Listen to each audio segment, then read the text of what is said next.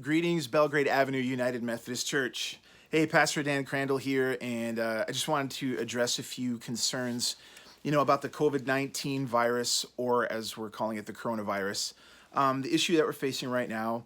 I want to talk a little bit about how we should respond as kingdom people and what we at Belgrade are doing and what we're going to do as we face this pandemic together. So, first thing, as followers of Jesus Christ, I have to say that we should not fall into the trap of politicizing this, okay?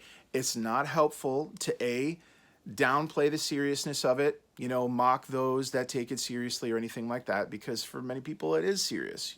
Also, B, it's not helpful to succumb to panic or fear. There's two ditches. Sometimes we get sucked into the trap of each ditch, identifying with the political attitudes of one side or the other, but listen, that's not the Jesus way, History teaches us that the church grows in crises such as these. We have a good opportunity when we take matters seriously, when we engage these things, but at the same time, we maintain a spirit of hope instead of a kind of an air of panic. So, in light of this, here's some facts about the coronavirus, COVID-19, and how we can engage them in a healthy way. So that's what I want to talk about a little bit. First thing, understand the scenario a little bit. Those of us that are under 60 and are in relatively good health, which means no underlying conditions, we're at a relatively low risk for getting terribly sick, getting hospitalized from this illness, things like that. However, those of us that are over 60 are a different story altogether, especially if you've got underlying conditions or if you have a weakened immune system already, things such as that. There have already been about 14 confirmed cases in Minnesota. These are largely travel related. Some of these are hospitalized, some are not.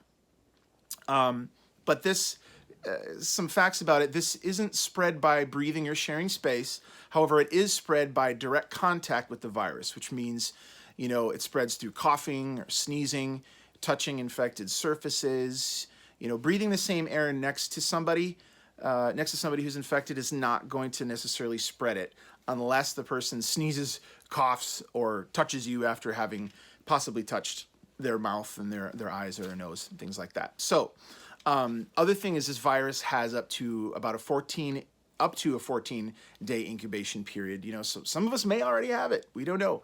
It's expected that much of the population is probably going to get it at some point. The goal isn't to eradicate it completely. The goal is to slow it down so that the possibility of hospitals being overwhelmed and being understaffed and things of that nature is minimalized, So what not to do, what we should not do, number one, is panic. Because panic clouds our thinking, it clouds our judgment, and it weakens our immune system. So what we should also not do is head to the grocery store and stockpile personal care items like toilet paper and face masks and things like that. By all means, get what you need, maybe get a little bit extra, that's totally fine. But when you try to take way more than what you need, stockpile months worth of extra supplies, things of that nature, not only will be robbing our neighbors of supplies that they may need more than us, but if suppliers of these items are backed up, hospitals who use those same suppliers possibly won't be able to fill their shelves with the amount that they need to. So, what do we do? Number one, stay home if you're sick. Stay home if you're sick. Wash your hands. Cover your cough. Do the vampire cough from the crook of your elbow, Don't touch your mouth, your nose, your face without first washing your hands. Be careful when you're touching surfaces that are used by lots of people.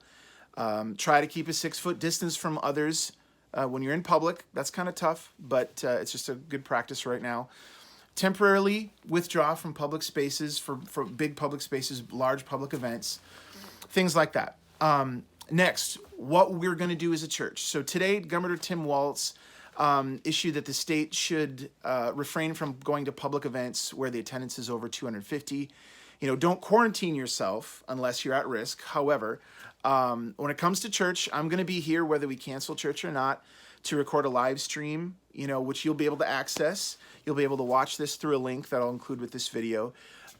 This is going to be a live stream. However, it'll be saved online and you can also watch it at a later time if you wish. If you're over 60, I really strongly encourage you to stay home, be safe, watch our live stream service, and be blessed that way, be comfortable. If you're under 60, you can come, but I urge you to stay home and watch the live stream as well. So If this seems like overkill, that's okay. That's a good thing, because it's better to be safe and have it come to nothing rather than take an attitude of apathy and in turn have our neighbors, our friends, our loved ones suffer unnecessarily and get sick, right? So with this in mind, I want to urge you to be a light to your communities in any way that you can. You know, show the love of Christ, show the love of Jesus to your neighbors, to your friends, on your jobs, in your neighborhoods, your schools. Do it in creative ways.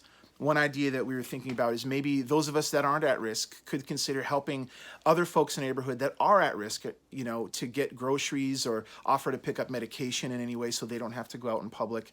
Any way we can support those that have an increased risk. You know, none of us know how this is going to pan out, but, you know, together we're going to be able to get through this, okay? Paul tells us in 2 Timothy chapter 1 and verse 7 that God has not given us a spirit of fear, but a spirit of courage, of love, and a sound mind. Also, Jesus tells us in John 16:33, you know, he says his intentions for us in him are so that we may have peace in the world. In the world we may face many troubles, he says, but take courage because I have conquered the world, Jesus says. So, following our leader, let's find ways to love our neighbors, but be wise and hold space for those at risk. All right? So I love you all. Feel free to reach out to me if you have any questions. Grace and peace to all of you. Bye for now.